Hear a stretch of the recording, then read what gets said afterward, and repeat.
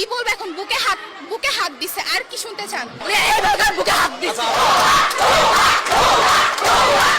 আমার কাছে মনে হয় যে আমার আব্বুকে ওরা মেরে ফেলবে। উনি আমাদেরকে বলতেছে এই জঙ্গির বাচ্চারা তোর কি মানুষ হবি না জীবনা। আশরাফুল স্যার বলে কি আজকে যদি নিচে নামতো না তোমাদের রক্তাক্ত করে ছাড়বে।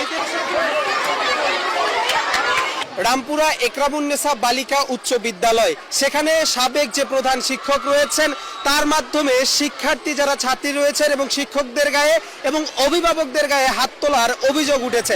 ভাই ঘটনাটা যদি কোনো মাদ্রাসায় ঘটতো আর এটার পিছনে যদি কোনো দাড়ি টুপি এলা থাকতো তাহলে দেশটা তখন উলট পালট হয়ে যাইতো। এটা এখন স্কুলে ঘটেছে, এখন কোনো মাদারসদ নাই এই বিষয়ে কথা বলা। কিছু কিছু খানকির পোলারা যার সন্তানেরা বাংলাদেশের মধ্যে এমন একটা সিস্টেম তৈরি করে রাখছে, দাড়ি টুপি এলা দেখলেই ওদের ধর ওরে মার। হ্যাঁ, শাহবাগীদের অত্যাচারে বাংলাদেশের মধ্যে টিকা মুশকিল।